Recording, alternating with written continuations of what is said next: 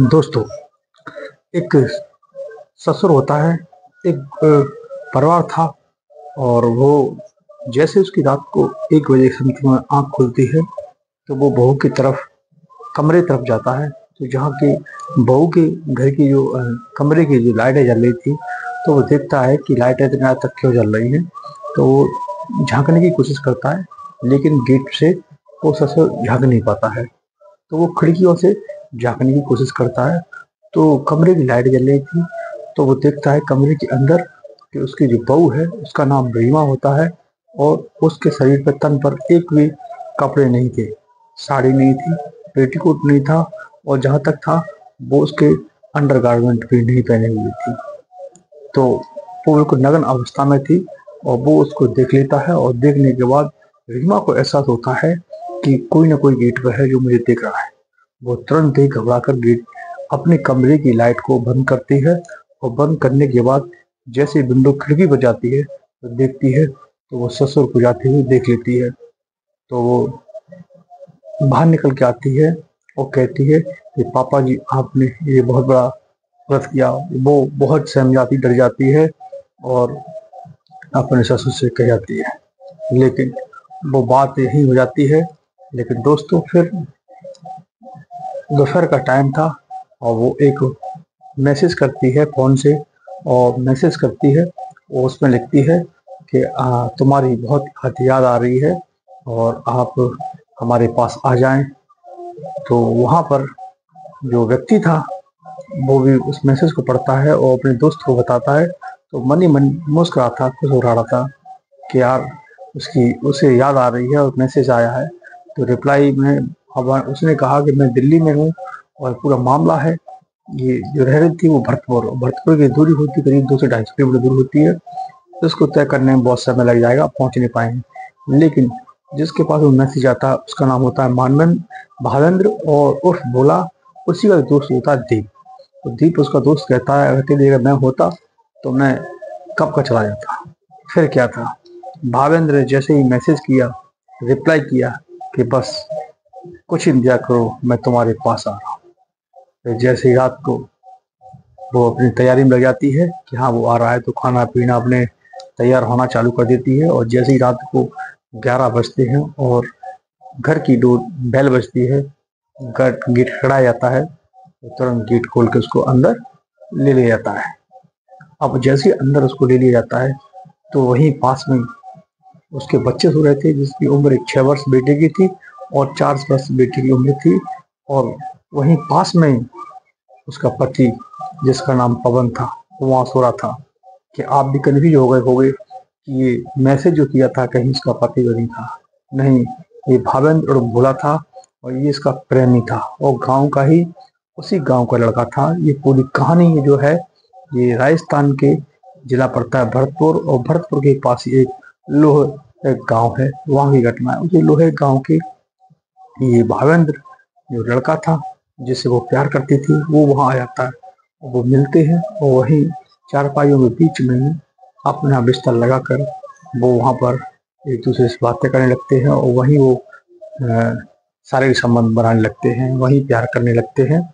और जैसे ही काफ़ी देर हो चुकी थी और जब काफ़ी देर हो चुकी थी बातें करते करते, तो उसका जो पति होता है पवन, घर में काफ़ी लोग थे लेकिन किसी को भनक नहीं लग जाती है।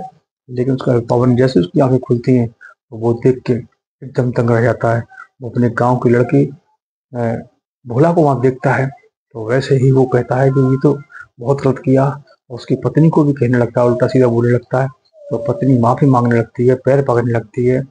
लेकिन वो जैसे ही घर से बाहर जाने की कोशिश करता है, वैसे ही वो जो भावेंद्र था और भोला, वो उसका गला पकड़ लेता है और मुंह दबाने की कोशिश करता है कि जो जोर से आवाज़ चिल्ला रहा था कहीं बाहर ना चले जाए, उसके घर के आसपास के और लोग हैं वो जग ना जाए। इसलिए वो उसके गले को करे तरीके पर पकड़ लेता है और उसकी जो पत्नी हुई जिसकी पैर पकड़े हुए थी कि जिससे वो घर के बाहर ना जा पाए और उसकी आवाज़ घर के बाहर ना जा पाए। लेकिन एक व्यक्ति और था उसके साथ में, उसका दोस्त था भोला का। वो गेट के बाहर खड़ा था। वो दीप था जो उसकी सिक्योरिटी यानी उसके साथ आया हुआ था, उसका इंतजार कर रहा आने का, लेकिन नहीं आता है।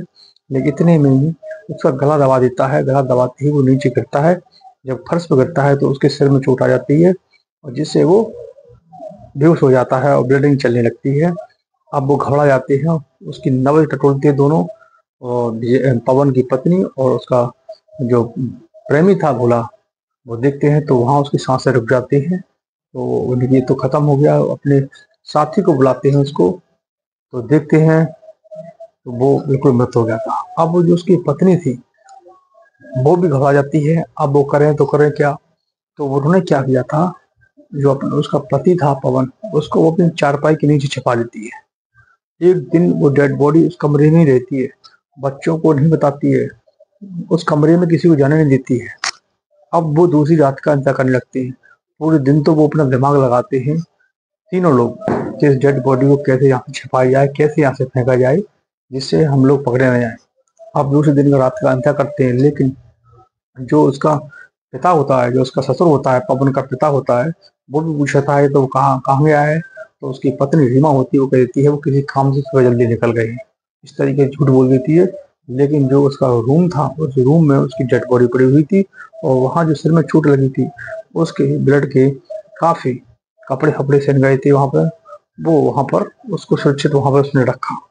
जैसे दूसरे दिन रात होती है तो वहाँ उसका जो प्रेमी भोला और वहाँ उसका जो दोस्त दीप, वो आते हैं, तीनों मिलकर उस डेड बॉडी को एक बोरी में पैक करते हैं, बोरे में, और वो मोटरसाइकिल से 1-1.5 किलोमीटर दूर वहीं जंगल में ले जाते हैं। नहर, जहाँ नहर थी, उस नहर में उस बोरी के अंदर मिट्टी पत्थर बांध कर उसमें डाल देते हैं और उस डेड बॉडी को गायब कर देते हैं। अब घर वाले भी परेशान हो जाते हैं, तो उसकी एफआईआर भी दर्ज की जाती है, लेकिन उसकी कोई खोज भी नहीं मिल पाती है। करीब 3 से 4 महीने बीत गए थे। ये मामला होता है पूरा 16 मई 2022 का। अब ये इतना बड़ा हत्याकांड क्यों किया था और पुलिस ने इसकी खोजबीन कैसे की है, कैसे मालूम पड़ा। तो दोस्तों, हम अभी इसके पीछे कहानी के बैक में चलते हैं। जो रीमा थी, इसकी उम्र थी 16 साल, और जहाँ पवन था और वो था 23 साल। इनके 2 बच्चे शादी के बाद हो गए थे और आराम से रह रहे थे। लेकिन दिल्ली एक नौकरी करता था पवन, और पवन अपने साथ में ही उसको ले गया था, वहीं रहता था। लॉकडाउन लगने के बाद ये अपने गाँव आए, लेकिन दिल्ली रहते थे तो वहीं इसके गांव का एक भोला मान, इसका भावेंद्र नाम था, ये भी वहीं रहता था। तो उसके घर पे आना जाना था। और ये दिखने में रीमा बहुत ही सुंदर थी, और ये भावेंद्र को देखकर आकर्षण हो गई, उसकी बातें अच्छी लगने लगी, और धीमे धीमे दोस्ती होने के बाद कब एक दूसरे से प्यार करने लगे पता नहीं पड़ा। अब जब पवन पे ड्यूटी पे चला जाता था तो वहाँ पर बच्चे पढ़ने चले जाते थे या सो जाते थे या खेलने कूदने चले जाते थे। उसके पीछे पवन आता, ये उसका प्रेमी जो था भोला, वो आता था घर पे, उसका दोस्त, वो आके बातें करते थे। जब मौका मिलता था तो वो अपने आराम से सारे संबंध बनाते थे। आजकल का जो प्यार है वो इसी टाइप का प्यार है। उसके बाद ऐसा कई दिन चलता रहा, जब लॉकडाउन लग गया। लॉकडाउन के बाद दिल्ली में सारे काम धाम बंद हुए थे, वहाँ लोगों का खाने पीने की भी दिक्कत होने लगी थी। इसलिए उसने अपने पिता को फोन किया भरतपुर, अपने गांव। तो पिता ने कहा बेटा गांव घर आ जाओ, यहीं रहना, यहीं खाना पीना, अपने यहीं धंधा पानी करना। तो उसके बाद वो अपने यहीं रहने लगी। लेकिन वो अपने प्रेमी से बहुत प्यार करती थी, तो वो जैसे ही उसको मैसेज किया था वो दौड़ा चला आया उसके लिए। तो उनने मिलकर उस हत्याकांड को अंजाम दिया। जब पुलिस ने इसकी पूरी तहकीकात की, तहकीकात कैसे की, जब 4 महीने बीत जाते हैं, एफआईआर हो के पुलिस उसको खोज भी कर रही थी लेकिन नहीं मिल पा रहा था। एक दिन क्या होता है, दौज का समय था, त्योहार के बाद जो पवन होता है, उसकी बहन और बहनोई घर पे आए हुए थे और घर पे ठहरे हुए थे। तो जैसे ही घर पे ठहरे हुए थे, कमरे के अंदर वो जाते हैं तो वहाँ खून के सिंदूर, टी शर्ट वगैरह वहां पर मिलती हैं। तो उनको शक हो जाता है कि कहीं ना कहीं इसने, इसकी भाभी ने, यानी कि पवन की पत्नी ने भी हत्या कर दी है। खून से शक होता है तो वो तुरंत ही एक पर रुकते नहीं है और थाने पहुंचते हैं, और थाने में जाके पूरी खबर बता देते हैं आगे, और पुलिस को बताते हैं। तो पुलिस, जो उसका पत्नी थी, उसको पकड़ लाते हैं, पकड़ के लाते हैं, उससे पूछताछ की जाती है कड़ी से कड़ी। तो वो सब कहानी बयां कर देती है। उसके बाद उसका प्रेमी था जो भावेंद्र और भोला, वो पकड़ा जाता है, उसका साथी था वो पकड़ा जाता है। तो इस तरीके से वो हत्याकांड का खुलासा होता है। लेकिन ये पूरी हत्याकांड पूरे भरतपुर में जब कहानी खुलती है तो सबके मुंह पर एक कहानी चल रही थी, कितना बड़ा कांड हुआ है वहां पर। और वहां पर उस पर आरोप लगाया था, ससुर पर आरोप लगाया जा रहा था कि ससुर उसको नियत से दिखता था, या ये था उस पे तरीके से आरोप लगाने का पूरा वहाँ प्रयास किया गया। लेकिन इसी डर की वजह से ससुर ने भी अपने मुँह नहीं खोला था। लेकिन जब उसकी बहन बहनोई ने, यानी कि उसके पवन के बहन ने इस हत्याकांड का पूरा पुलिस से मिलकर हत्याकांड का खुलासा हुआ, तब राजस्थान का एक चर्चा का बहुत बड़ा वहाँ खुलासा चर्चा का विषय रहा।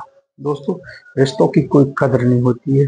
पत्नी है, बच्चे हैं, परिवार है, फिर के बाद उसके बावजूद भी ऐसे देश के अंदर बहुत मैटर होते हैं। ये तो वो मैटर हैं जो अखबारों में, टीवी में जब आ जाते हैं तब खुल के आ पाते हैं, लेकिन 70% केस ऐसे हैं जो कभी खुलते ही नहीं है। तो इस कहानी का बताने का यही उद्देश्य था कि लोगों को इससे जागरूकता मिलती है और ऐसी घटनाओं से सबक सीखते हैं और ऐसे लोगों से बचते हैं कि पता नहीं आजकल जो दोस्ती करते हैं वो घर में बहन बेटी कोई सुंदर होती तभी लोग दोस्ती करते हैं, आपके घर आना जाना कर देते हैं, और कब दोस्ती में विश्वासघात होता जाता है। रिश्तों की कोई कदर नहीं है, कलयुग है। तो इसलिए सतर्क रहें, सावधान रहें